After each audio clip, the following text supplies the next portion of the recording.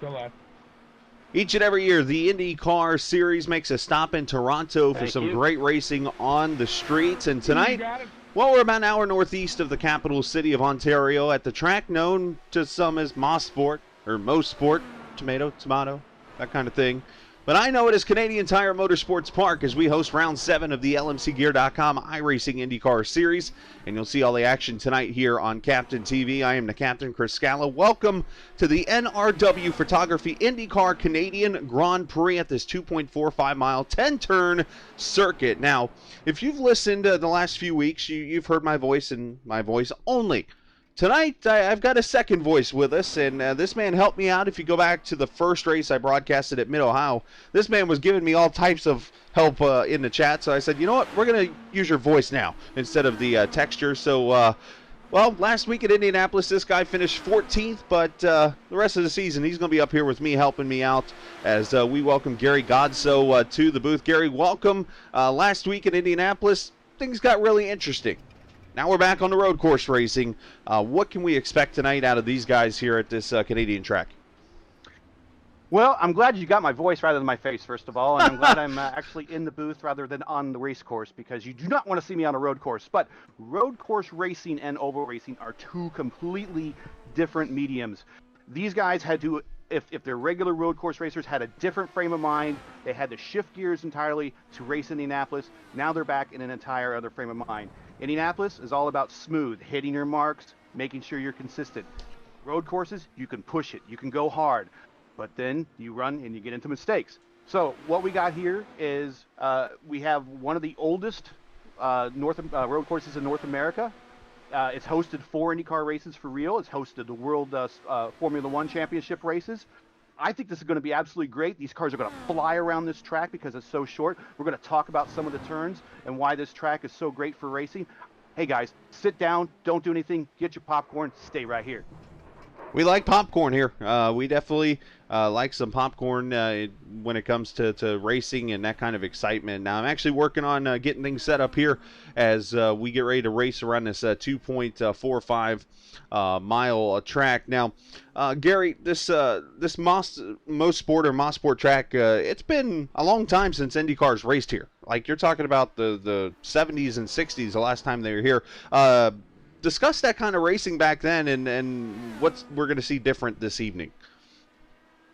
USAC hosted 4 races in the past at Mosport, 2 in 67 and 68, and they were actually double headers, very similar to what IndyCar runs today. And then they, for whatever reason, stopped going. I think a lot of it had to do with the Formula One Championship, and also we'll talk about how the Canadian winners just destroy this place. But then they came back in 1977 and 78. Ironically, 1977, this was the only road course race on an entire schedule full of ovals. The last person you think winning on an oval won, or the last person you think winning on a road course that normally wins on ovals during the year of 1977 won this very race. One of its few road course wins. A.J. Foyt won here back in 1977, the year he won his 4th Indianapolis 500. The next year was actually the last race the IndyCars have actually raced here, and a famous name himself in IndyCar racing, one of his few wins ever, the Flying Hawaiian, Danny Hungaius, won here. And we like Danny Hungaius here in Indianapolis because the man is truly a survivor. Yeah, I actually shared this off the air with Gary. I'm one who has never heard that name before until literally 10 minutes ago. And I'm like, who is this? And he was telling me about some of the stories, about some of the wild wrecks and stuff about this guy, and some awesome Indianapolis stories. But trust me, when I get off the air tonight, I will be doing some research on this guy here this evening. Now, we were going to show you real quickly a lap around this track. We'll do that during the races. We're got about 7 minutes to go here before the race gets going here. So we're going to skip that, but we'll come up here to the point standings going into this race. And trust me, I triple-checked the point standings to make sure I had the right ones this evening. And you'll see them on the screen here, your point standings entering tonight's race. And there was definitely some mixture after the Indianapolis race. Cohen Evans, he's definitely extended that lead. And look at the new second-place guy after Isaac Morris had some issues. We got a new second- and third-place guy. Yeah, Matt had a really consistent race. So did Alex. Of course, he won kind of lucked into a win, but we'll get into that one later. But you got to win the race, or you got to run the race to win the race. So it's really, is it luck? Is it skill? Who knows? But Alex is now in third place within an earshot. We only got 2 races left. We got this one and Watkins Glen next week. So these guys really, really got to get up there into the points and hope for some misfortune to fall others that really haven't suffered much misfortune at all this year. So there you see the way the points are all shaping out here for this season. Isaac Moore's falling to 4th. Craig Forsyth, he's the Canadian driver, some of the fan favorite maybe this evening. The Canadian driver here at his home track. He is there 5th in points and actually up there P3 in qualifying, as we'll go over that here in just a few minutes. So racing-wise tonight, not sure exactly fuel mileage-wise. We're seeing laps around here. I mean, when you go look at the track record, this is according to Wikipedia, it's 1 minute and 8 seconds by a sports car. We got these Indy cars going on around here. They are going in 1 minute and 2 seconds. And I was even told by one of the drivers that one of the IndyCar pros that you see in like iRacing is lapping this track at like 57 seconds. Oh, I totally believe it. And just to put this to speed in comparison here, we were just at Indianapolis. The pole in Indianapolis, I believe that we had was in a 38-second bracket, high 38-second, low 39. Just double that. And that's what you're getting here. That's incredibly fast. Incredibly fast. These guys are going to fly through this thing, and it's going to be over before we know it, which unfortunate because I'm having fun here. But really, these guys are really going to have a blast because, as every racer likes going fast, and whether it's turning left or right, me, it's turning left. But these guys are going to have a blast tonight. There you go. You turn left so many times, you could ask for a right, as they say. But at this moment, we're going to take a minute here. We're going to talk with Nicholas Weatherby, another driver that ran Indianapolis last week. Had a pretty good run for the most part, but he is the guy that does all the magic here with our title sponsor, NRW Photography. Nicholas, you got a copy, sir? Yes, sir, I do. Nicholas, appreciate you being a part of us. First things first, before we talk about the company there, let's go back to Indianapolis last week and your run. I mean, you had a fantastic run out there. It looked like you had a good time. It was a lot of fun. It's just the only thing that killed me was the turbulence. Yeah, it seems to do that to a lot of people out here. Some people don't like turbulence when it comes to this, but we got NRW Photography. Of course, that's the company you run, and we're going to be showing some photos up on the screen here while these guys are out here running laps. Talk about your company and what you do. So what I do is I do high-resolution photos for drivers and teams and leagues, pretty much, to show off the racing and all the paints and all the cars and whatnot. I try to make them look as real and pretty much try and go with what the person who wants them, how they want, pretty much. I listen, I try and do the best I can on them. They do take time. But other than that, I enjoy it. It's pretty fun. Where did the idea come from for you to do this? Did you go to school for like photography, or is it something you saw that was like, hey, this looks kind of cool, and you jumped on board and started doing it? So I was actually in a Discord, and so Elliot and Riley Thompson, they really they were showing off their photos. I'm like, dang, I need to do this stuff, and so they kind of helped me out. They would criticize me, of course, constructive criticism. They would help me out a lot, and nowadays they don't criticize me anymore because I've done so well because of all the critiques and whatnot. But I gotta be honest, all of them, those two, Elliot and Riley, I gotta really thank because they have really critiqued me constructively, and it has helped me. But it was because of those two. Those two, they do iRacing photos for a lot of people, and honestly, seeing what they did has made me really interested. So I started to get onto it.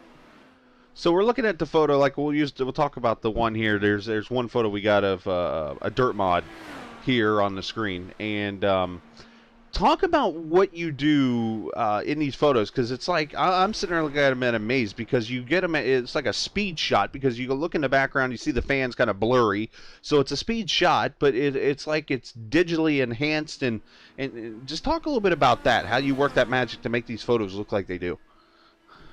So I use editing software. It's called GIMP, and GIMP is free for everyone. So if anyone wants to do it, just like have fun with their own real life photography and whatnot, they can use it. But it's all editing software. What I do is I sharpen the image, I increase the vibrance of the color a little bit, not too much, because if you do it too much, it just looks unrealistic and looks cartoony. You don't want that. Contrast a little bit, some black levels a little bit up there too. But it's mostly the angle you get the photo in, and how the car looks. Don't want to try to keep the angles realistic, but I mean, with iRacing, you can do whatever you want. You can go a sky view angle. You can be on the track itself and get the shot. I mean, iRacing puts a lot on the table for people like me who want to do the photography stuff. So that's what I've been doing. Hey, Nick, it really reminds me of an old 80s commercial when I see this picture. Is it live or is it Memorex? If you were to show someone that had no idea, I'm sure they would obviously think that that's a real picture. That's a fantastic shot in the way that you worked it up. Thank you. Actually, this specific series, Chris, I was trying to get myself out there with these photos, and an IndyCar photo really caught Chris's eye, and he actually sent it to the group in Discord, and he thought it was real. They thought it was a real IndyCar testing at Canadian Tire. It was actually at this track that I took my most realistic IndyCar photo I've probably ever taken, and I don't think I can ever replicate it, but I mean, it's the most realistic photo I've done. It was at this track that I'm sponsoring today. And that's the best thing. Like, it's a track, Canadian Tire Motorsports. It's an amazing track. It offers good racing, and obviously there's that hairpin corner that really messes everyone up. It even messed me up. But, Moss corner. The best thing is, it's the track that I got started with this series, and it's the best thing. It's awesome. Nice. Well, we're getting ready to get gridded here, so we're going to let you go here. But before we do, if somebody wants to get you on board to take photos for their series or whatever, how can they do so? They can contact me through Discord. I'm usually in the World of Thunder Discord, Monsters of Dirt Discord. I'm pretty much in most of the dirt racing leagues, Discords and whatnot. You can also contact me on Facebook, Weatherby Photography. I sometimes post real life photography I do and whatnot, but other than that, just message me on Messenger, Nicholas Weatherby. That's where you can get in contact with me, and you can schedule something with me. That's awesome, Nick. Well, hey, great photos. This is awesome to see. We appreciate your time. Congrats on the race at Indy, even though, again, didn't go 100% your way, but you looks like you had a good time there. And we appreciate your time, and thanks for sponsoring the race tonight, and we'll talk to you in a little bit. Thanks. See you guys. Absolutely. Nicholas Weatherby, NRW Photography, the sponsor of the IndyCar Canadian Grand Prix here, as we see the cars gridding here. Gary, we're getting ready to do some racing here. It looks like they're going to get the long IndyCar warm-up lap, so it's going to give us a couple extra minutes here to get this in. But right now, that's okay. We can talk about the track that way. Yeah, absolutely, and we'll kind of talk about the corners a little bit. Real quickly, though, let's go over to starting grid for this NRW Photography IndyCar Canadian Grand Prix. Alex Van de Sant talking about carrying momentum from the Indianapolis race. The man who won it on his birthday, P1 tonight, and 101.963. Isaac Morris going to start outside there in the second position. Cohen Evans, your point leader. He'll start inside of row number 2. Alongside him, Craig Forsyth. Thomas Gold, Matthew Casey. Yeah, that's the Canadian driver that's going to start there fourth. Thomas Gold, Matthew Casey, row number 3. Matt Houston, Jim Herrick. Good run for him. I'm sure his fans will be happy to see him there in the 8th position. Dan Morera and Joe Fierro. They're in the 10th position. Brad Haldane and Marion McDaniel. That will be the top 12 in the race. The rest of the field, Colby Wells and Nick Weatherby actually going to run this race starting in the 14th position. So Nick getting another start there. Sean Stevens, Mr. Popular Driver, the first ever Sean Stevens Award. He'll start 15th, and Well, Gary's up here in the booth, so he's not starting a race. So we'll just leave it at that. Yeah, the virtual hauler brought the virtual T-car, and we were waiting for any virtual drivers that maybe had the virtual helmet bag with them, and we had a car ready to go, and no one had anything virtually, so the car just sits there. A whole lot of virtual going on there, I see. Well, yeah. That's awesome. So, all right, so the cars are rolling off here. Let's talk a little bit about this track here. So we go down here into turn 1. It's a downhill corner that can be really tricky with the elevation change. It's one of many downhill corners on this track. Oh, yeah, there's a ton of elevation changes on this track that will play into the handling of these cars. But we just went through one. One is a nice sweeper that actually widens out because the whole front stretch is pretty narrow. Then we're coming into 2 and 2B, or excuse me, 2 and 2A, which is also known as Clayton Corner. They should be able to come through there at a fairly decent pace. They're going to have a nice fast exit out of Clayton Corner out of 2A in the Quebec Corner, which is it's a deceiving long sweeper.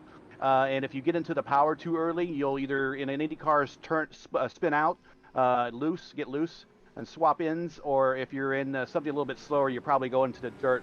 Now they're going to go into the Continental sign there, and they're going to go downhill, and this is where the cars are going to start to get light, and they're going to come into a braking zone, and they're going to then go back uphill, and the car is just not going to like this. And they'll be going down to a low gear here because this is the Moss Corner. This is 5A, 5B, 5C, and they'll have to come in there at a controlled speed. Again, easy to spin out at the end of that, at the exit of 5B. Now they're on what is known as the Andretti straightaway. This is not so straight. Yeah, not so straight. This is very reminiscent to the long stretch at Road America. Even has kind of a bit of the kink in it too. They call this 6 and 7, but it's pretty straight. But it's extremely bumpy. So if they're going to get behind somebody to pass somebody, they got to get up on the gearbox, and they got to be able to take the bumps. Because then they have a bit of a passing zone coming into the straightaway, which we're going to see right here, a little uphill a little bit. Again, the car's going to get light, probably get a little unbalanced. And we're going to come into turn 8, which you could probably take at a decent high rate. It's not a really good place to pass. It's not one of those high braking zones. But what you do is you get you in a position to pass when you get to the S's in 9 and 10. If you get into the a passing position, you should be able to pull it off. But it's also one of those places that if you defend wisely, you can hold your position and be able to lead. So we're coming to green. I'm going to throw it back to you. Absolutely. Perfect lap around the track. Fastest lap ever. Here you go. Here we go. Pace cars in. Let's go racing. Canadian Tire Motorsports Park, eh? I had to throw it in there for my peoples. Down to side by side on turn 1. Yeah, they are not giving any inch. Wow, look at that. Look at that. Oh, see, you got a little wide there. Oh, little grass. You got to be careful. Yep. Yeah, you got to be careful because this track will tighten up on you. Right, and here's this wide sweeper. You get on it too much, you're going to... Okay, so now he's going to tuck in behind. Probably a good idea. He's going to set up for the left-hander. Now Alex is set up perfectly for the right-hander. They're the twin right-handers. So now we're going to blast down the straight. So now we're going to see... No, I was going to say... We're going to see who has the horsepower, who's going to use push to pass, because we are going to use that in this particular race. I'm going to see who is able to out-drag who here. Tell you what, I saw a couple cars over there in turn 5, Moss Corner, as you mentioned, kind of hit the bump there, and you can see their car catch a little air in the front end, so that's going to be very interesting. But everybody's single file clean through lap number 1. It's going to be Van der Sant, the pole sitter, fought hard. He's going to lead lap 1. You got Morris, Cohen, Evans, Craig Forsyth, the Canadian driver there, in the 4th position. Laps at about 1:10. The fastest lap in qualifying was a 1:01, but that was the pace lap there, so you're going to see a lot faster laps this time around. Ooh, Matthew Casey kind of clipping the grass there. That's going to help lose a little momentum there. As a matter of fact, 66 of Mel, and around goes Casey. He's able to save it there with the rumble strip. And one car in the grass back behind him. Dan Morera. So we got a bit of a 5-car breakaway.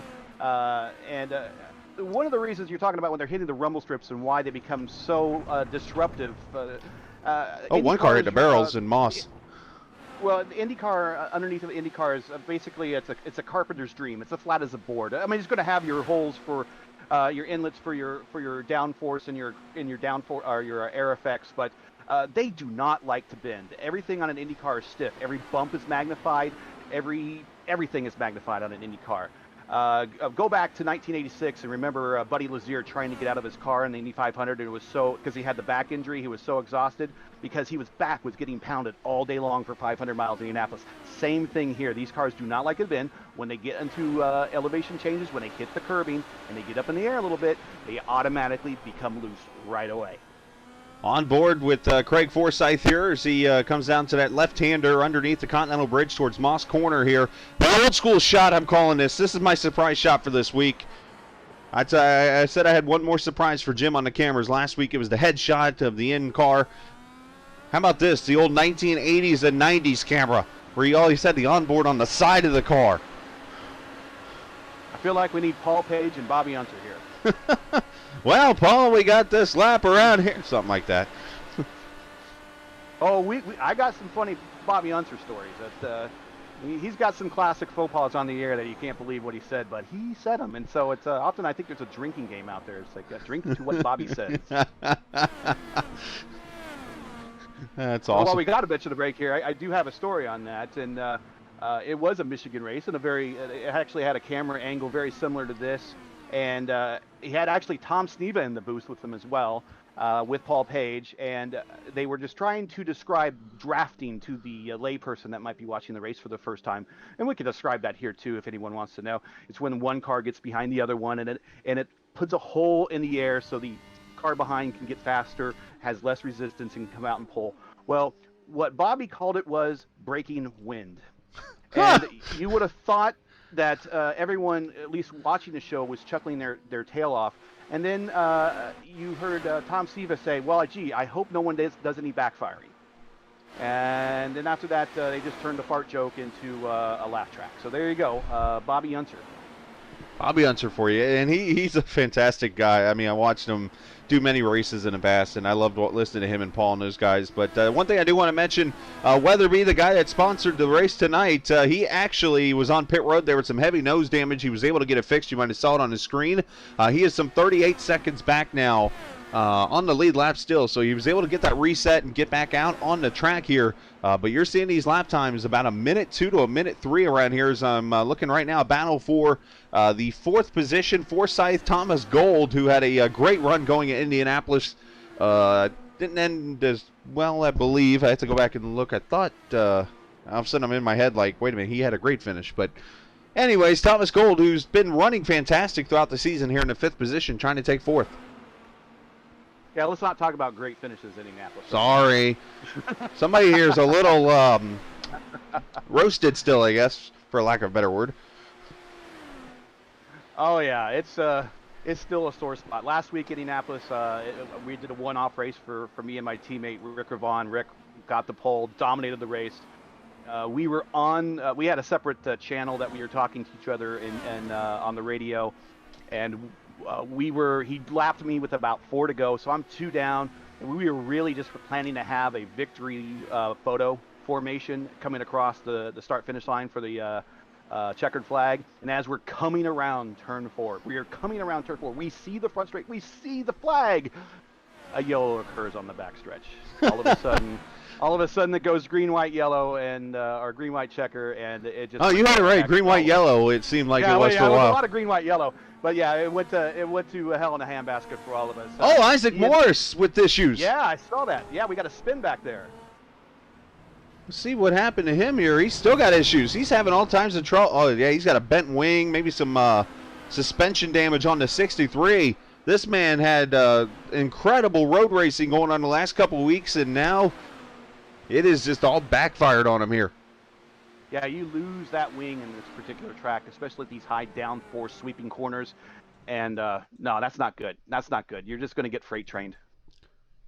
We're going to rewind it back. My replay thing is not really working. Oh, Moss Corner bit him. So he comes down to the left-hander. Yep. Go.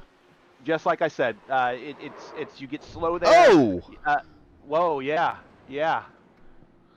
I mean, it looked like he just overcorrected. It looked like the back end swamped around there, and bam, just he overcorrected it, got some grip, and just right side into the car, and he's going to try to work his way to pit road here. A little bit of a tank slapper right there. Yeah, let's take a look at this as he's coming out. Okay, he enters hot, but let's go ahead and take a look at this.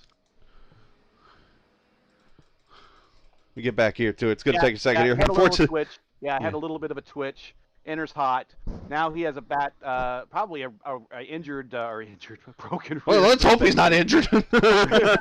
And so what he's gonna got going on here? He's gonna probably get a bit of a tank slapper against the Armco, and man, that's a let's lick. see if they don't retire that car. Well, I think they do have a unfortunate reset, do they not? Do they have a repair? I could be wrong. Yeah, he's got a reset. He's got a brand new car. It's like the Formula E series. Just go in there and switch cars real quick and go. So he's now in a position where he just needs, for the rest of the race, push. It's not, you're not going to worry about fuel mileage. You're not going to.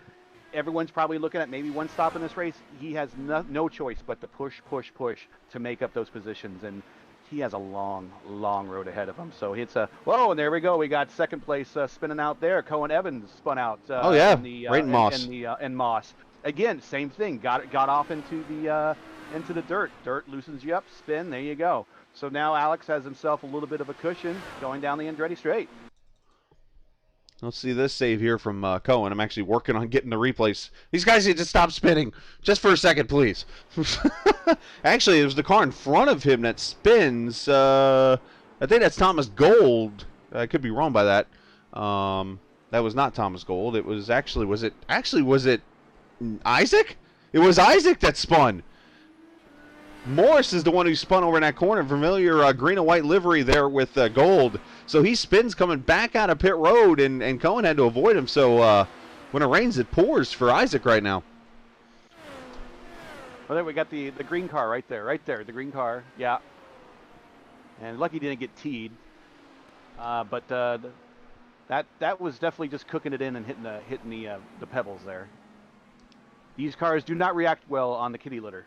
No, we don't like kitty litter. Nobody does. But so far, yeah, go ahead. Alex has got a 2.7 second lead, so he's not checked out yet, like we've seen in previous races. Well, and this is actually one of the first road races he's led all year. Usually, it's been the Isaac Morris show when we've watched. And in this case, it's actually seen Isaac kind of just check out. Yeah. It's either been Isaac or Cohen Evans just been pulling away. Isaac went out, or Alex went out last week, wins Indianapolis, and all of a sudden now it's hey, he's got this thing rolling. Alex backed into Indianapolis, but we won't talk more about that. Well, that's he took advantage of the green-white checkers, as we'll say. Right. But so he's catching a back marker here. Back marker is being very courteous, letting them by, and that's some good sportsmanship. I like that. I will say, racing with these guys last week, if you're watching this, you're thinking, hey, I want to participate with these guys. Last week's Indianapolis race, I have never, and I've very few Indianapolis races I've been in iRacing because I've been a member for not very long. I've never been part of an Indianapolis race that's gone the first 99 laps caution-free. Everyone was courteous, using the radio to clear each other by. This is a great group, so if you're thinking about wanting to join a series next year with iRacing that specializes in road course, you want to check this one out. There you go. So make sure you do so. And we are starting to get a fight here for the second position. Cohen Evans has been caught by Thomas Gold.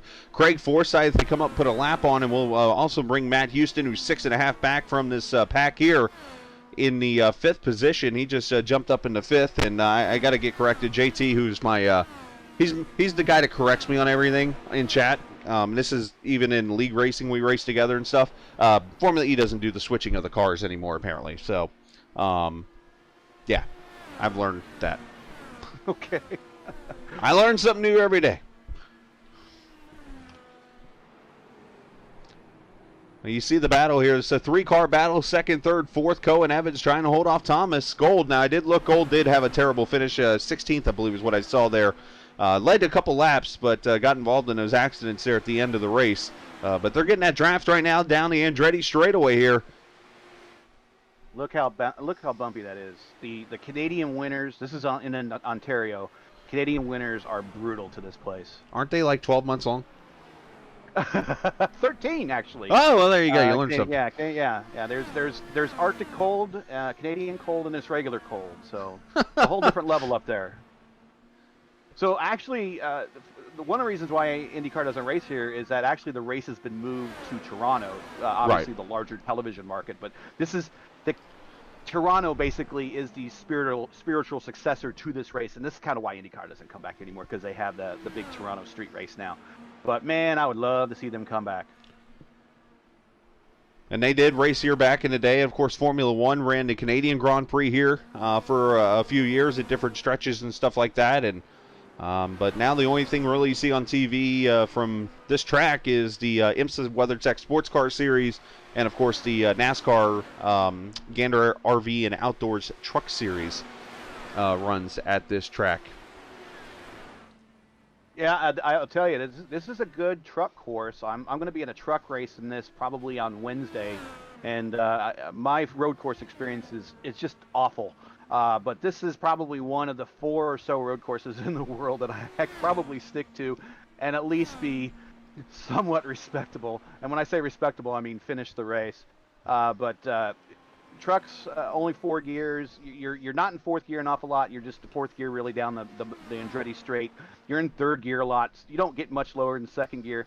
Problem I have with trucks is that there's just so much power to the rear wheels when they get hot. If you're not feathering it right, you just swap ends. You just swap ends. And these guys are fighting the same thing too with these big IndyCar turbocharged engines.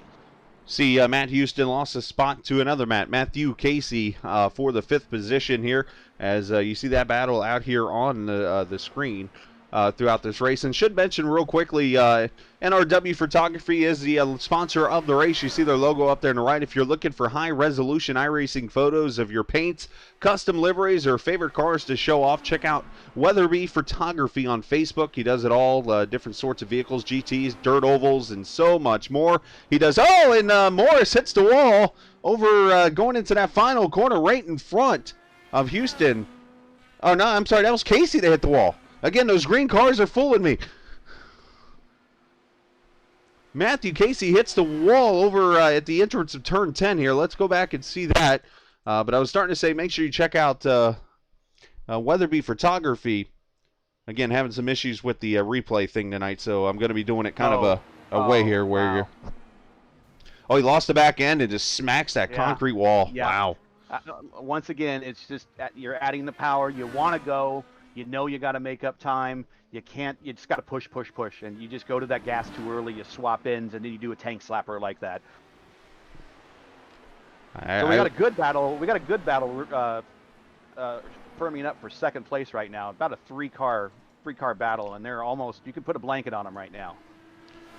And you'll see Cohen Evans here, the speedometer there going into the corner here. You see 150 down there in the turn 1, and they were wide open through that corner. It looked like. That's impressive.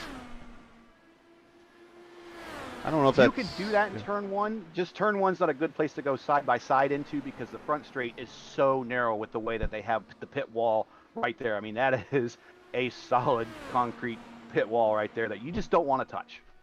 Definitely do not want to here as they go down into Moss Corner here. Look at it, down to 70 mile an hour as they hit the apex. It's almost a double apex corner the way that is. You're going in there so fast, you're apexing and then almost going wide to apex it back into that 5B section. Down the Andretti straightaway, push to pass. Going to be activated here, likely Gold. Going to get a run here. He's got that draft. Probably about 180 mile an hour. Is Gold racing in Rick's car from last week? It is. He's not a teammate. What is this? What is this? I know nothing. I didn't get any news updates, so. Well, it's Rick Mears. We all know Rick Mears wasn't good on the road courses anyway, so. Well, Thomas has proven him wrong. Well, yeah. No, Rick Mears actually has a couple road course wins under his belt. Last time by, Alex Vandersand, if I'm seeing this right, ran the fastest lap of the race, a 102.9. And I mentioned earlier, you got to go all the way back to this, I believe it was the early 2000s. The fastest lap around this track was done in a sports car of a minute 8. So you're witnessing some of the fastest laps that this track has ever seen on iRacing right now. Yeah, to put in comparison, the trucks and the truck race that I'll probably be in, we're probably looking at laps in the 119, 120, 121 range. So this is a significant speed difference with these guys. And, hey, ground effects are amazing. We ride on board. This is Cohen Evans we're on board with here as he tries to hold off Thomas Gold down the front straightaway here. Nice, cool, and calm here. I'm actually waving to him, but I don't think he sees me. Well, we need to open the virtual window in order for you that to happen. I love the shot. I remember during the '92 Indy 500 with that shot looking up at Al Jr. and the Galmer chassis, very similar to that. Yeah, that is a great shot. The things that iRacing allows you to do and the different perspectives it allows you to see. If you're not a fan, you've been thinking about it, get on it, get a subscription. They do it by the month, by 3 months, by the year. If you're not sure about it, get in here and try it, man. That's all I can say. That's all I can say. I'm a lifelong sim racer back to the 90s, and this stuff is great. Oh, I'm right there with you. I mean, go all the way back to, and I'm more of an oval guy, more of a stock car guy. I love IndyCar racing, and I've actually started to consider maybe doing some IndyCar racing. I've actually ran and won an iRacing Indy 500. That's no lie. But you know, I wouldn't mind learning how to race these things, and I know they're tricky, and that kind of thing. And I'm not the best road course racer in the world, but I know they have a lot of fun. And there's more than just turning left and right and shifting and the pedals. They have what they like to call inside the cars tools. And no, yes. They don't have screwdrivers or hammers or anything in there. People are like, oh, what are you talking about tools? What? They're basically, you have a weight jacker, which basically moves, relocates weight in the car, basically. So you got pit stops here. The car to perform it. Sorry to cut you off there, bud. You got Jim Herrick on pit road here. The boss man, as I like to call him. So we're going to pit stops here, lap 18. So this is probably the only stop we'll see. Yeah, probably, unless they get into trouble. Well, and he had nose damage on his car. I just noticed the wing fixed itself there. That might be an early stop then. That might be an early stop. But it's still in the window, though. I mean, you're now good to go the rest of the way on fuel, I'm thinking. So he could push. I mean, this isn't like Road America a couple weeks ago where we were trying to figure out who was on what strategy, who was pushing hard, who was saving fuel, who was trying Scott Dixon the thing, and all that stuff. Yeah, he ran out of fuel as he was coming down to turn 5 to do donuts. That's how close he was on fuel at the winner had at Road America. So that was definitely a a fuel strategy race. But I don't think you're going to have that here. No. But we have seen some great racing so far here, and that battle for second is still, and now it's the battle for the lead actually. As Cohen, or no, it is battle for second. I'm sorry, Alex hadn't pitted yet. So battle for second between Cohen and Thomas Gold. Forsythe's has kind of fallen off a little bit here, but Thomas has been pushing. Yeah, he's been on his gearbox the entire time. I see why he's driving the gold card, of course, but see what speed here's down the Andretti straight. 180, 183 is what I saw. I saw it jump to 189, but I don't think that was realistic. And keep in mind that there's thousands of pounds of downforce being created there because they are using a aero package that you didn't have in Indianapolis. Indianapolis had a light aero package. You just have to turn left 4 times for 200 laps. Here you need a lot more downforce because you have a lot more low speed and sweeping corners. So they're producing a ton of downforce at 183 miles per hour. So much so, if these cars were to go upside down, if you could actually physically do that, they would stick to the ceiling. Gravity pull. So you see him through Moss Corner here. Gold trying to draft up here. It looks like he's just running almost similar lap times. As a matter of fact, how similar? They both ran 103 as Gold was 13/100ths faster than Cohen Evans. I can't even click my fingers that fast. That's how close those two are together. And you know what? Let's look back here as Jim Herrick. We got to do our onboard with Jim Herrick. Got to make the family happy watching on the stream. Appreciate you guys watching. And feel free to chat still. We will answer questions and stuff there. But he is coming up on the back of Nick Weatherby, who's fought his way up to the 9th position after having to make the unscheduled pit stop early in this race due to some damage himself. You see the bumps there. That car just porpoising on the track. Yeah. It is a very bumpy backstretch. And like I said, these cars are very, very flat and stiff.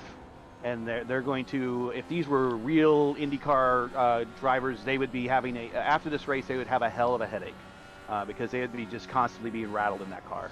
Makes you wonder. I can't help but think of somebody off the track. Weatherby right off in front of Herrick there as Joe Fierro's on pit road in the 12 car. We'll watch his stop down there at the bottom of the screen. But so what would be the bumpier track, I wonder? This track or Belle Isle? Because that track is bumpy too.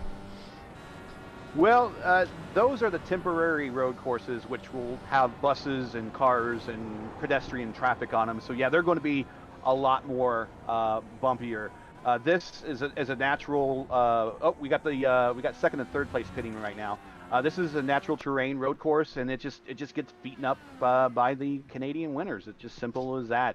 I would say the temporary road courses are by far the most violent for the IndyCar racers to race on when it comes to just shaking around.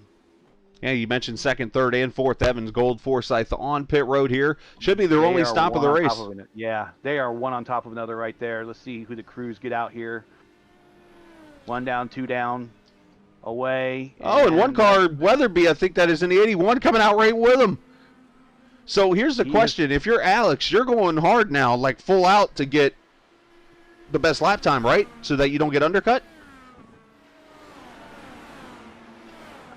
Yeah. He hasn't pit yet, right? Correct. Yeah, he's not been on pit road yet. Yeah. So what he's pushing. So what he's doing is he's pushing so hard that he has a pit road delta time that allows him to be able to, on warm tires and used tires, pull away from these guys because they're trying to come up to speed with cold tires, and allows him to get a large enough lead so he can duck into the pits, perform his stop, and get out and still be in the lead. So right now he is driving like a bat out of hell to lengthen that delta time so he can get out of the pits without getting passed. Last time by, 103.07 was Van de Sant's last time here as we're watching him as he goes down into the downhill left-hander towards Moss Corner. So we'll keep an eye on him, and we'll keep an eye on these lap times for these other guys, which you got to remember, these tires do got to get up to temp, which takes, especially with these light cars, a little bit of time. We do have 80-degree weather. Somebody's in the grass. In Moss Corner there, it's one of the... Trying to see which... that was Jim. Herrick went off there. I was going to say it was one of the Indiana Humane Services car.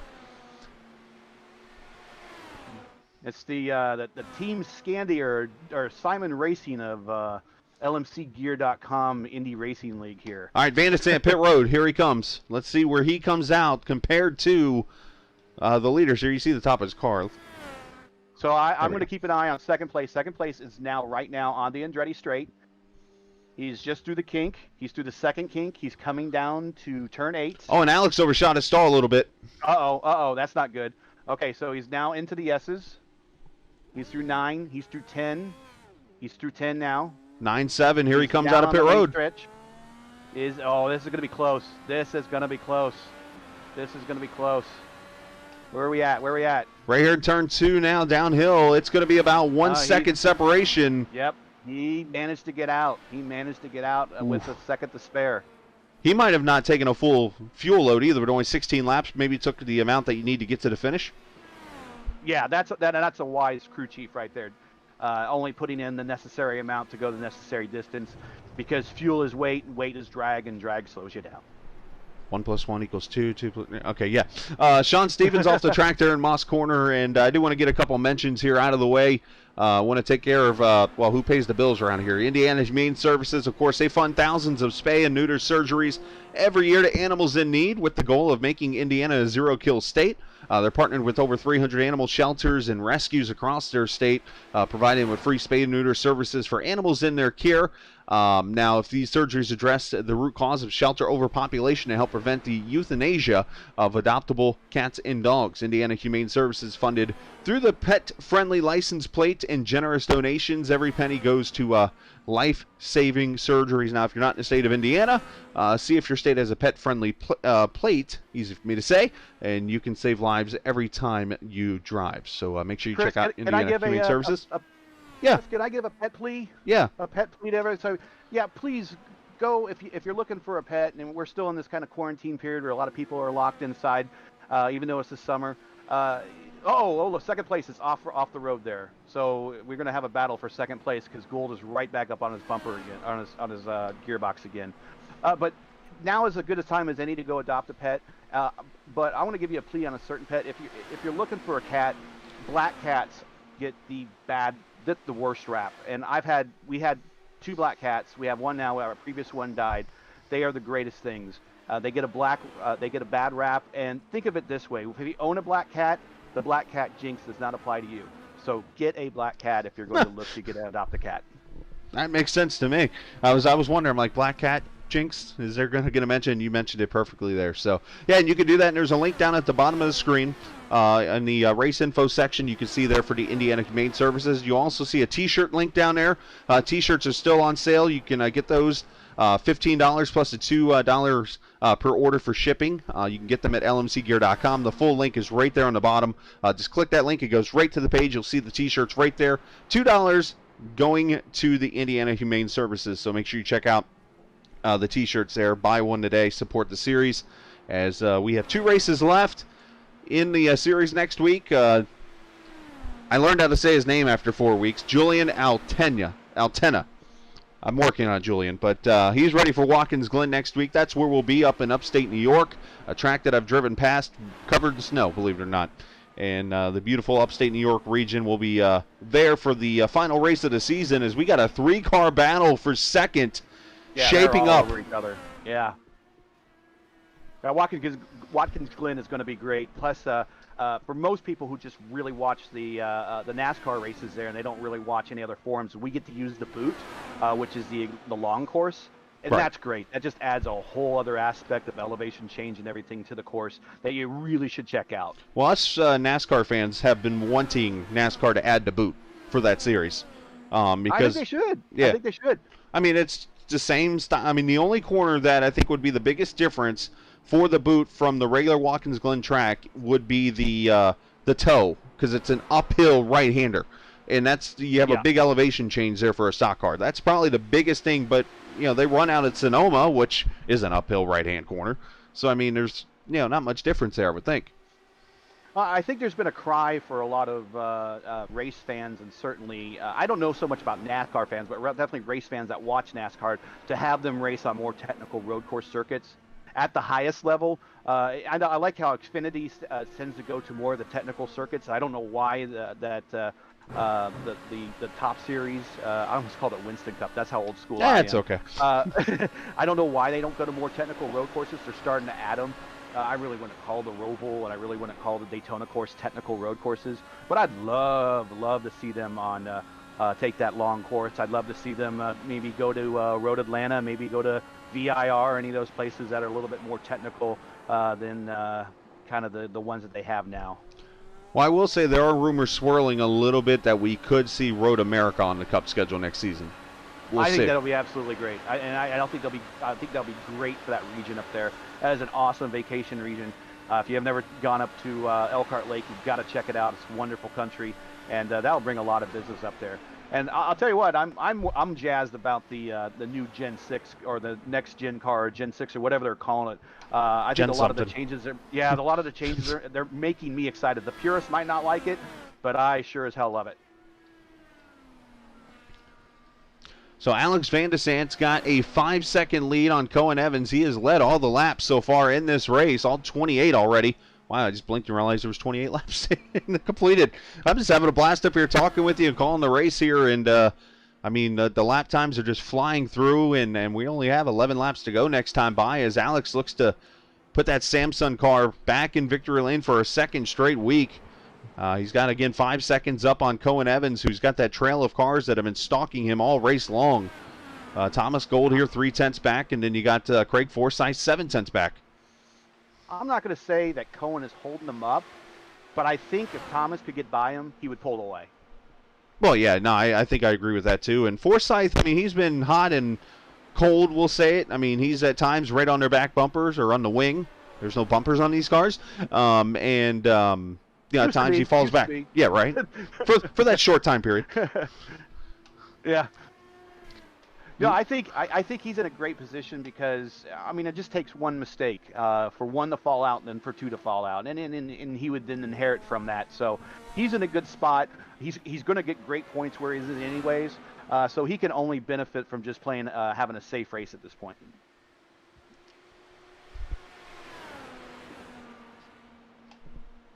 Looking at Isaac Morris here, and was actually trying to go back to this battle here that's starting to shape up behind him. This is the 7th and 8th position. A second separation right now. This is Brad Haldane, the other Canadian driver in the field tonight. the 39 car. Jim Herrick here behind him, chasing him in the 23, and I think I got to do this for Jim. Let's go with the old school camera on board the Indiana. We're having a pass for second. Up, right on. Of course, I come off of it. Gold got him. I know. Yeah, we got Gold on the outside. He's through the S's, coming up to 10, and he has secured the position. So let's see if he begins to pull away. Whoa, hold on there, Cowboy. See, like I said, on those rumble strips, you got to watch it. That's going to disrupt him. It's going to let Evans get right back on him. He's recovered well. You might want to take notes of that, because in a truck, that'll happen too. I went there and I completed 5 laps where I didn't do that. I stopped the game, stood up, and walked away. I'm done. It can only go downhill from there. So look, like I figured, he is pulling away. I don't know if he's going to have enough time to track him down, but he's going to give a go at it.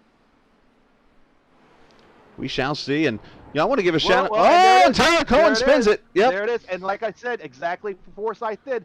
It takes one little mistake, and all of a sudden he's benefited. Now he's moved up. I was about to give Isaac Morris some credit running in the 6th position, but he is on pit road now getting tires and fuel to get him to the finish. That's going to cost him here. Let's see. Cohen gets into the corner here. You know what? He clips that rumble strip. I wonder if that strip upset the car, maybe going into the corner under braking? Yeah. Yeah, it's we've seen 3 or 4 cars happen there already. It's the same thing. You hit that rumble strip, you come out a little bit wide. You want to come out wide because the 5B corner there is a lot sharper than 5A, so you want to come out wide so you don't have to get apex the corner, obviously. So what he's trying to come out wide, he hits the rumble strips while he's accelerating, gets into the pebbles a little bit, and all of a sudden he's swapping ends. Happens to everybody, Indy cars, trucks, anybody who races there, I'm sure. I'm sure he's the millionth person that's done that in that corner. Who will be a millionth and one? But we'll be watching. I want to go back. We're going back to this 7th place battle here, 6th place battle. Brian Haldane and Jim Herrick. And there's actually a 3rd car that has entered the picture. Right behind him, Matthew Casey, the 15 car. This is, I believe, Jim's teammate there. I'm still learning the teams here. But these guys are only separated by about 2 seconds, all 3 of them together here on the track. You see him on the front straightaway here. You see Brad. He's going to go by the camera. There's Jim, and then Matthew right back there. This is another close battle here. So we've been seeing some good fights all over this track. This particular track, just the way it's built and with the way the Indy cars are, it promotes these type of battles, high-speed battles, close competitions. These guys, they're going to be tired tonight after this is done. I mean, I know they're just working their arms right now, but they are going to be tired. These are they're probably fighting these steering wheels quite a bit. Well, the good news. On top of that, Oh, go ahead. No, I was going to say the good news here is these cars don't have power steering in real life. We don't have to worry about that on iRacing. Hi, Jim. Let's all say hi, Jim. And these guys are working in the car. I mean, like I said, we're talking about the roll bars and the weight jacker and the brake bias. I mean, sometimes they're changing these settings by the lap. You just don't leave them set like that. Most good drivers are changing them every corner. Every time you get behind another car, they're changing that stuff. So these guys are really working. Road course. Oh, we got a car into the wall. And Herrick's going to lose 7th. He got off the track there in turn 10. Casey's going to go by. Just saw it there on board. Stevens got into the wall. I just happened to catch him getting in the wall. I got Thomas Gold. He's not really making up much ground, but he definitely is pulling away from Forsyth. Yeah, both of those guys ran. Alex ran a 103.2 and a 103.35 for Gold, and then actually Forsyth a 2.1. So he ran a lap right there with Alex. Well, look at Forsyth. I mean, he's just playing it safe. He might have himself a podium, but like last week, I don't want to jinx it because he is starting to. I think there's a fight for position forming behind him. Well, I'm more looking Cohen at Evans is coming up on him. Cohen is coming up, but I'm also looking here at Alex Van de Sant's catching those 3 cars that we were just on screen with. Herrick, Casey, and Morris are right here in front of. And then you see Herrick actually moves over, lets Van de Sant go by. So I was wondering how this was going to play with 6 to go. Yeah, there was a big debate in the league, especially after the Circuit of the Americas race, right, where there were some back markers were racing a little bit tough. I think you're probably going to see an effort here. These back markers, they're probably going to use the radio, talk to each other. Oh, Haldane off the track. Be courteous. Yeah, And that's going to be courteous and allow each other around. That allows Morris, or not Morris, but Casey to go by Haldane. So move Matthew Casey all of a sudden from 8th to 6th in one lap. Herrick goes by also for 7th. Haldane back to 9th. Did something happen? Oh, we got one off. Yeah, Haldane's got some issues going on here or something. He's way off the pace. But he's falling all the way back here to 9th all of a sudden. Oh, he's got no left front wing. His left front wing's missing. Do you have the push-to-pass stats on this I one? don't, unfortunately, for this. I had it on the old ticker I used, but not on this one. So, unfortunately, I do not know that number. I got to believe at this point, Gold is probably wearing that button out. I'm going to go back here and see if we can find what happened to Haldane. Again, unfortunately, I got to use the old rewind button like this, so I apologize for that, but we'll find it right here. Up. Remember that 1 millionth? Oh, he hit this one hard, too. Down in Moss Corner. Back end swaps. Yikes. And he actually gets airborne here. Keeps it on all four wheels, so he's 6th to landing. We'll have to check and see if our people from Indianapolis were watching last week. We had people actually voting for flips. Well, I sure hope they like mine. Oh, Help. I think you got a 9.5 in yours. Did I? Okay. Was it the Russian judge again? Steve, those East Germans. He's got to watch those East Germans. Steve Harvey was not voting or hosting the show. Let's just put it like that. Did he pick the wrong envelope? Well, we got down. We got 5 cars left on the lead lap. 5 on the lead lap. 4 laps to go already. Yeah, that's a pretty small number for road course. Normally, road course they're pretty, because of the size and the speed and everything. They're pretty well spread out. Because of the higher speeds here, you're going to see the better drivers breaking away. Yep, 4 laps to go already here around this track. I mean, I was looking up at race time. We've only been going for 39 minutes. This is easily going to be the shortest race on the schedule time-wise here. But, you know, you got a 2.45-mile track and a lot of high-speed corners here. I don't know, Chris. How you feel about a green-white checker this time? I don't think we're going to get it here. How about some overtime? I'm having too much fun. Let's do overtime this time. We'll see if it happens. Oh, I think we got Jim might have went off the track again. Uh-oh. Morris looks like had some issues, actually. It's Isaac. Isaac has gone off. A bad day gone worse.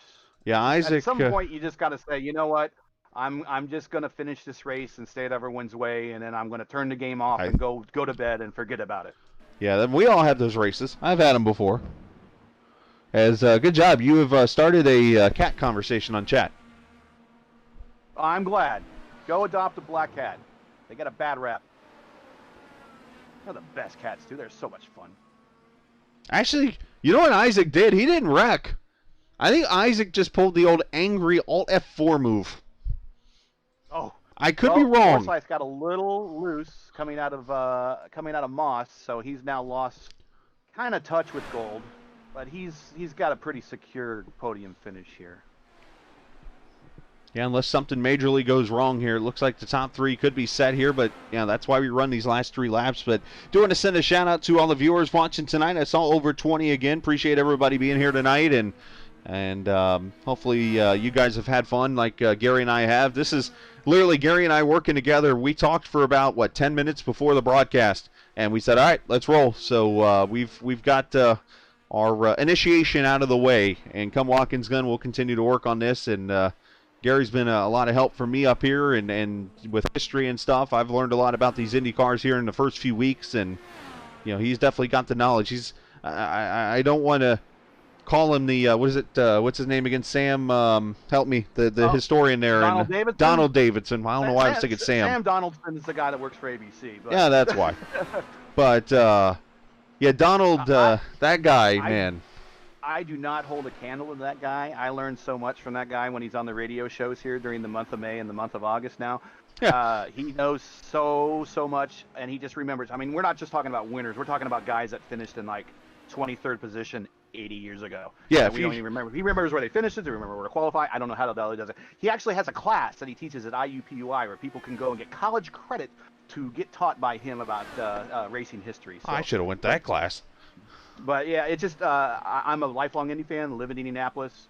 I remember my dad getting me out of school, taking me to track to watch practice. I don't remember this, but my dad has a good memory of me being on his shoulders down near the pit area, Gasoline Alley, where they really didn't have as much safety back then. And I'm on his shoulders, and there's a whole bunch of reporters around Johnny Rutherford. And my dad comes up so we can see what's going on. And Johnny Rutherford stops the interview, looks up at me, and waves at me and says, "Hey, youngin', hi, youngin'," something like that. And awesome. So, hey, 3-time Indy 500 champion says hi to me. He was probably 2-time Indy 500 champion at that point, but still awesome memory. So we got come down the white flag. Van der Sande coming to the checker now, actually. Here he comes. There we go. Second win. There we go. Yeah, second win in a row for Van der Sande. Very good. Wins Indianapolis and dominates here at Canadian Tire Motorsports Park. And that could be a little statement for the points run here. But Thomas Gold, he's going to get second. Craig Forsyth, the Canadian, gets top 3. And we'll have a Canadian driver on the podium, which will be awesome for interviews and stuff. And we'll have those here coming up. Cohen Evans going to finish 4th. And Matt Houston, the guy that's second in points, going to come back and get a top 5 finish right behind Cohen. So that'll definitely be a minimal loss for the race first car. So they are partying in virtual Ontario. They're cracking some virtual Labatt's there for their virtual countryman, actual countryman actually, but in the virtual race, finishing on the virtual podium. So. We're not virtual, but we're here on the virtual channel, we'll call it there. So race all over. Let's take a look at the final results here of this NRW Photography IndyCar Canadian Grand Prix, won by Alex Van der Sande, 6.3 seconds over Thomas Gold. Craig Forsyth going to finish in 3rd. Cohen Evans 4th. Matt Houston going to be your top 5 in the last car on the lead lap. Matt Casey comes back to finish 6th. Jim Herrick, nice 7th place run for him. Brad Haldane 8th. Joe Fierro 9th. Colby Wells going to finish in 10th. Isaac Morris, unfortunately, I think tonight his championship run comes to an end. He'll finish 11th. Dan Marrera 12th. Sean Stevens 13th. Nick Weatherby 14th. Marion McDaniels 15th. And those are the 15 cars that started this race tonight. So let's, I'm going to get things situated here, and let's go get the drivers at finished in the top 3. Hopefully they are all here. I know Alex is here. Let's go right here and talk to him now. And this is where I get to have fun with Discord. There we go. Alex Van der Sande, my man, 2nd straight win for you, sir. Congratulations. You dominate, leading every lap tonight, and get your 2nd win of the season. Thank you. Yeah. Wow. That is the cleanest race I've ever driven. I don't think I've had that few incident points on a road course in the IndyCar. So, man. Well, talk about the racing out there, because you started on the pole and you went to war there in turn 1 and 2. I mean, we were sitting there like, oh my gosh, I don't think you're supposed to do that in these corners. At the start of that race, you and Isaac were side by side. Talk about that start and how you were able to get away. Yeah, the green flag caught me way off guard. I didn't expect it to come out that quickly. So Isaac got the jump on me. But yeah, we were side by side through the first 2 or 3 turns, and yeah, it was good racing with him. I mean, he kept it clean. And yeah, but I was able to just barely hold him off, and then from there it was clear sailing. Pit strategy-wise tonight, looked like the tires. I mean, I was watching you 15 laps into a run, running your fastest lap of the race. Seemed like tire fall-off really wasn't a big deal. No, it wasn't too bad. It was definitely outweighed by burning off fuel. So I think the faster, like, if I'd been battling closer with people, like, the faster strategy, I think, was staying out as long as you could. But, yeah, I mean, I was just taking it easy, really taking care of the tires. Didn't really need to push all that much. Yeah.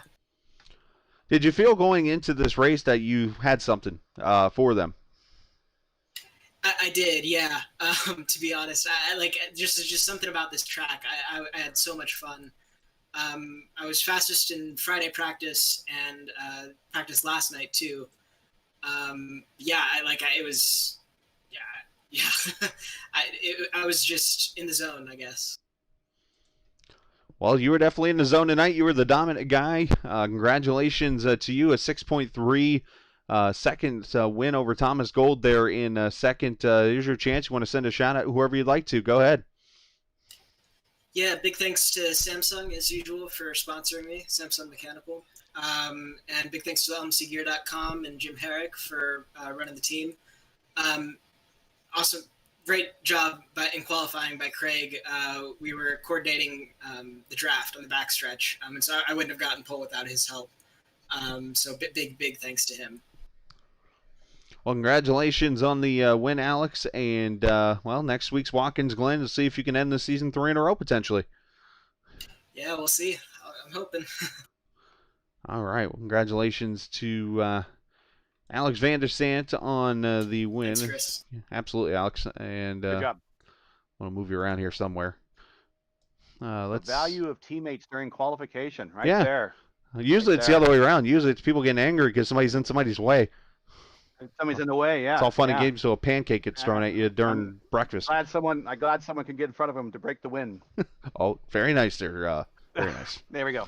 Nice. Thomas Gold's going to join us here. Thomas, a second place run for him. Great bounce back from Indianapolis, and we're not even going to mention that word again because I'm sure you want to forget about it. But second place run for you. And the one thing about you, Thomas, I've realized in the 5 weeks now I've been here with you guys, you're one that keeps it on the track. You don't get off track much, and you get what the car gives you to get the best finish you can. Yeah, first off, man, we just had a great race tonight. I mean, just kept it on track. We had a lot of speed in our car. I don't think we had anything for Alex, but we had an awesome battle for second place there between Craig and Cohen and I.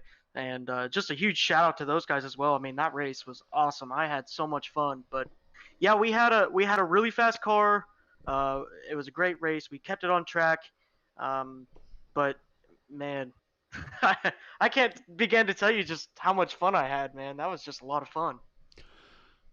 Let's talk about that battle with Cohen, because you guys went to war for about 3/4 of the race. And Gary, who was in the booth with me, made the mention. It's like, it's not that Cohen's holding you up, but at the same time, if you got by Cohen, you probably would pull away, and that's what started to happen when you made the pass. What was it that was keeping you behind him? Was it more of you just trying to wait for the right move? Was it just the fact that you were faster in different sections than each other? Yeah, this track is quite difficult to pass on with traffic and whatnot. So I think Cohen was faster than me, like in the passing zone, so it was really hard for me to get up there and pass him. And then I was a little faster in the lower speed zones, so I could catch up to him. But then going into the passing zones, I really didn't have anything for him. We definitely showed your speed this evening. A second place run for you, a great bounce back, and some great battling with you and Craig Forsyth there gets you a second place run. Going to Watkins Glen next week, how much momentum does this carry for you to maybe go get that win at the final race? Yeah, man, this means the world. I mean, we've had a pretty let down of a season so far, and just some bad things in races have just caused bad luck. So I think this is a good turnaround. Watkins Glen, we're pretty fast there usually, so I'm pretty excited to go there and get another good finish just to round out this season. Another podium would be great. Well, congratulations to you, Thomas, on the second place run, and we will see you in the Finger Lakes region of New York. Yes, sir. Thank you very much. Absolutely. Chris, can we pipe in? I know you're going to bring in Craig Ness. Can we pipe in "Oh Canada" by chance? I'm still working on some music things on the serious side, but I do like that idea. Oh, Canada. Very good. As Craig Forsyth represents his country well at his home track tonight. Craig, congratulations, sir. You didn't just show qualifying was a fluke. You ran up front the whole entire time, top 5, and here you are on the podium in a third-place run for you. And I'm pretty sure Greg Moore is looking from the heavens above down at you, smiling, watching that players-looking car top 3 in Canada. it was nice to get it on the podium. It's unfortunate that Cohen had to spin there. I'm trying what I could to keep up with Thomas, but that wasn't going to happen. And so glad to hold on to the podium, that's for sure. And got to thank the LMC gear crew. And we had a good pit stop. Was able to come out right behind the guys.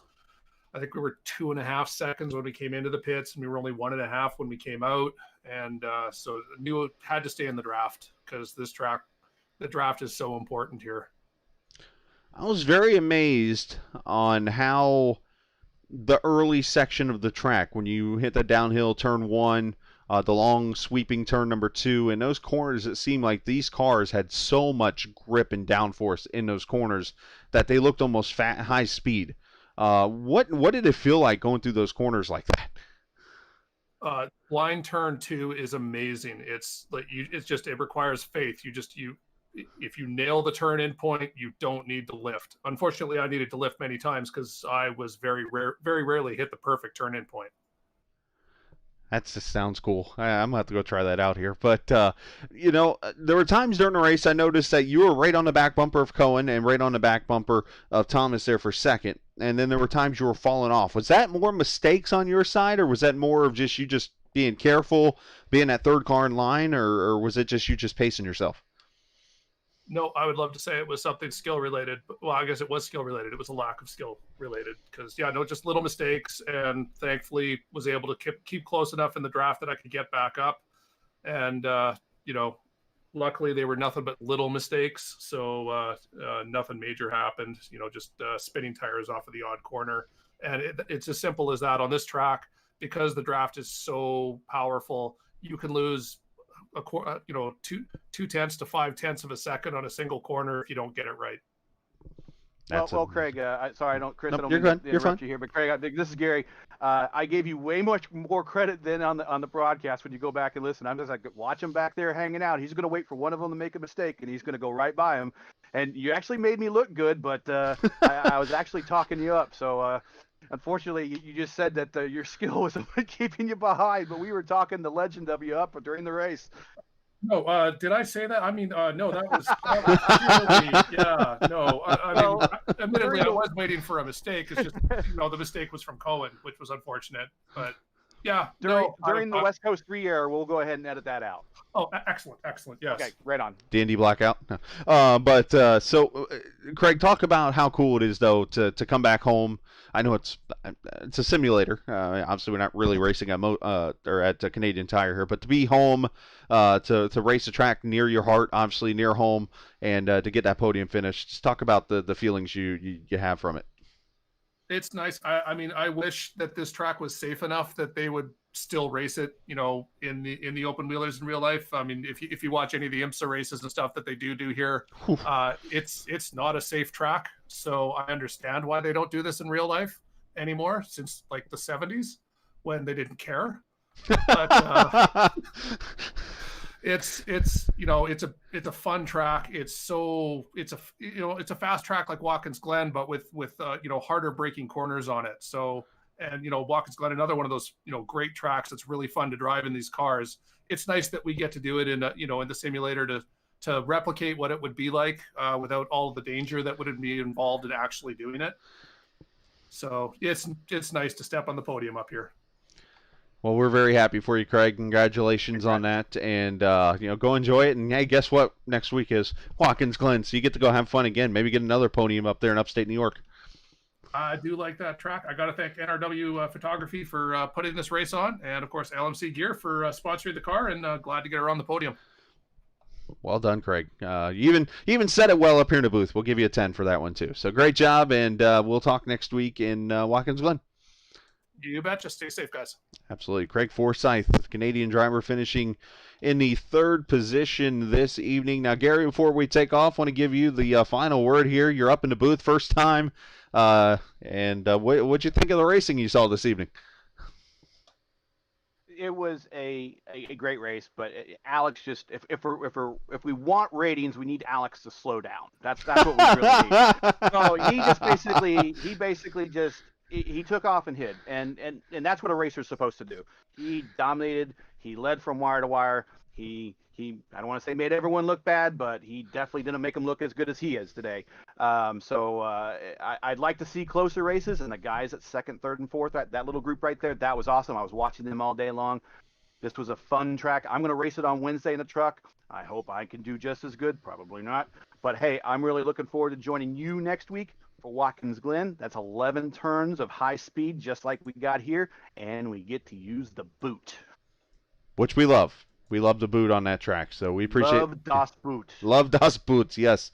As Gary Gonzo joining me here this evening. Appreciate you, Gary. And real quickly, I want to go through the sponsors. I want to get them another mention real quickly. Of course, the sponsor of the race tonight was NRW Photography. Of course, if you want high-resolution iRacing photos of your paints and custom liveries and your favorite cars to show off, well, you can check out Weatherby Photography on Facebook. He does all sorts of vehicles from the GT cars to dirt ovals. And he does those hero cards that you saw earlier this year with some of the winners. You can check those out. Make sure you go to the Facebook page, look up NRW. That is where you'll find him on Facebook. And just some great shots. You saw some of the photos here. As a matter of fact, I'll post a couple here. You see like Chase Elliott's stock car. You got that great one. You got the dirt mod here. I'm not sure what track it is, but the coolest part of the shot, I'm one of those guys of the little things. Look in the background and look how blurry the people are. That's how you know it's a speed shot, and it's like really cool to see those little things like that. And then here another dirt mod shot. Is it live or is it Weatherby? Right. Well done. I like it. But make sure you check out NRW there on Facebook. Indiana Humane Services, of course, they fund thousands of spay-neuter surgeries every year to animals in need. The goal of making Indiana a zero-kill state. They are partnered with over 300 animal shelters and rescues across the state, providing them with free spay-neuter services for animals in their care. Their surgeries address the root cause of shelter overpopulation and help prevent the euthanasia of adoptable cats and dogs. Indiana Humane Services, funded through the pet-friendly license plate and generous donations. Every penny goes to life-saving surgeries. Again, if you're not in Indiana, you can check if your state has a pet-friendly plate. You can save lives every time you drive it. Again, the link down there in the race info, you can click that to donate today to the Indiana Humane Services. And as I mentioned before, the t-shirts, yes, you can still get those on the lmcgear.com website. That is what the shirts look like right there on the screen. You can go to lmcgear.com. They're $17, 15 plus to 2 for shipping. Of course, $2 goes also to the Indiana Humane Services. lmcgear.com for the t-shirts. All right, from there we're done. Let's go to Watkins Glen. And Jim, hello, sir. The boss man's here. How you doing, guys? Good, buddy. I thought I'd catch you at the. Yeah, if you got a second, I just wanted to congratulate my team. They've been doing an amazing job this year, keeping the lmcgear.com team up front. Alex had a great win tonight in third, Co in fourth, and even I've got a top 10 and seventh. So we're real happy. And I want to say special happy birthday to my nephew Jacob. It's today.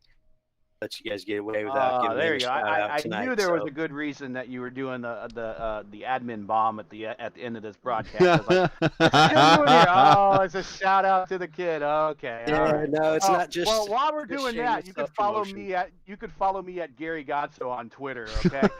Right on. No, Jim. But no, thanks for. It was great, man. Thanks. Yeah, and while you're here, you had a nice couple battles on the track tonight. We saw.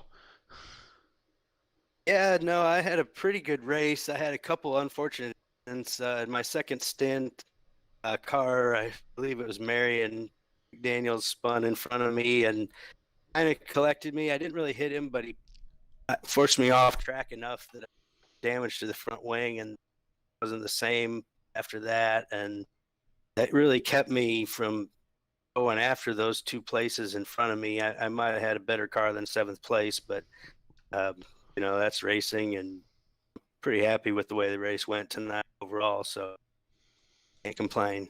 So, hey, Jim, while we have you here, your team, I think, pretty much just clinched the driver or the team championship, if I'm not wrong. But are we going to partake a little bit in the bubbly here sometime for a big team championship? Yeah, I guess so. I realize that we clinched it tonight, but I'm just looking at the points. It's going to be pretty close. But you had about a 50-point lead on TI. So the way that you guys kind of managed to, I think you got 2 in the top 3. That's going to add up. I don't know if they're going to catch us this year, especially with the way the team's been running. I mean, I never expected this. Had an amazing year. Alex also, Alex was a real unknown when I picked him up on the team. I didn't know that much about him, or raced with him before, and see him come out in the first season and start winning races is just great. And Craig, he's always back tonight. So thank you to all those, everybody else that go on. Yeah, thanks to everybody. Yeah, absolutely fantastic race. Another top 10 for you, Jim. Congratulations. We'll see you up in the Finger Lakes region. There's a bunch of wineries and stuff up there. We'll celebrate out there. How's that? Yeah, that sounds good. I'll add up the points. We don't want to celebrate prematurely, so make sure we got it clinched, and maybe we'll put out a little celebration. Look, I will keep the bubbly on ice for whomever, but I'm pretty sure. Nice. Well, but hey, I seem to remember being in a race last week, and we were like, "Yeah, man, we got this," and that didn't happen either. So I understand about the jinx. Well, that's race last week. I kind of want to forget those few. I didn't have a very good ending. You're not the first person I've heard that from. But well, Jim, congratulations. We'll jump off the air here, and congrats on your good finish. And we'll see you in Watkins Glen next week. Guys, thanks a lot. Have a good night. Absolutely, do the same. So there you go. We're done with Canadian Tire Motorsports Park. We'll go to Watkins Glen next week. And one thing I will make sure I do for you, because I know we've made jokes about tenderloins and stuff throughout the season, because that's the big thing in Indiana. I spent, the Indiana tenderloin, after I moved from Indiana, I moved to upstate New York in Rochester, which is about an hour and a half or so north of Watkins Glen. Yep. So next week I will introduce you to the garbage plate, which is the special up in Rochester. When you see this thing, you might. I'm intrigued. You might. I'm intrigued. Just it sounds exactly like it looks. Let's just put it like that. So, and people love it up there. Don't ask. Anyways, so all right. Gary, appreciate it, buddy. We'll see you next week. Hey, we get to decide a championship next week. Like I said, we're going to bring out the bubbly. It looks like it's going to be a fun time. I really appreciate you having me here. It's been a blast. I hope we can do more of these. Like I said, follow me at GaryGotto.com on Twitter. Have a good night, man. Thanks for listening. Come back and listen to us again. For Gary Godso, I am the captain. Appreciate everybody watching us tonight. And I like to say, if somebody gets mad and calls this just a game, tell them, nope, it's iRacing. See ya!